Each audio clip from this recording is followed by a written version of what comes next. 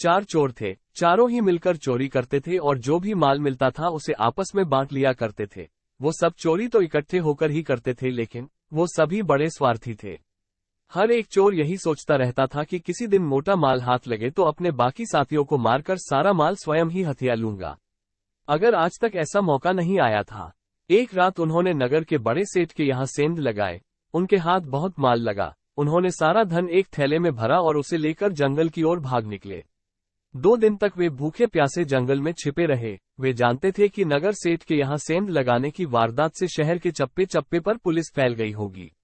वे अभी कुछ दिन और जंगल में ही छिपे रहना चाहते थे, मगर मजबूरी यह थी कि उनके पास खाने पीने का कोई भी सामान नहीं था।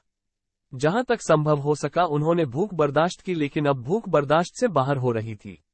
अब उन्हें भोजन की बहुत आवश्यकता थी, मगर जब भूख बर्दाश्त से बाहर हो गई तो उन्होंने फैसला किया कि उनके 2 साथी शहर जाकर वहां का माहौल देख आए और खाना भी ले आए। सभी ने आपस में मिलकर सलाह की और सारी बातों को सुनिश्चित कर उनमें से 2 शहर की ओर चल दिए और 2 चोरी के माल की रखवाली के लिए जंगल में ही रुक गए। शहर जाकर दोनों चोरों ने खूब जमकर खाया और दोनों ने योजना बनाई कि वह अपने 2 साथियों को ठिकाने लगाकर सारा माल खुद ही हड़प लेंगे और आपस में सारा माल बांट लेंगे।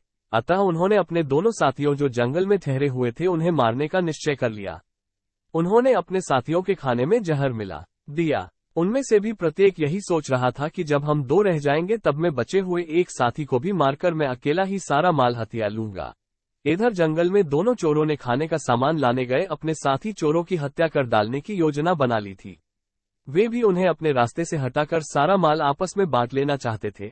चारों चोरों ने 2-2 टोली बनाकर अपनी अपनी योजनाओं के अनुसार कार्य किया। पहली टोली जैसे ही शहर से भोजन लेकर जंगल पहुंची, जंगल में मौजूद दोनों चोरों ने अपने साथी चोरों पर हमला कर दिया।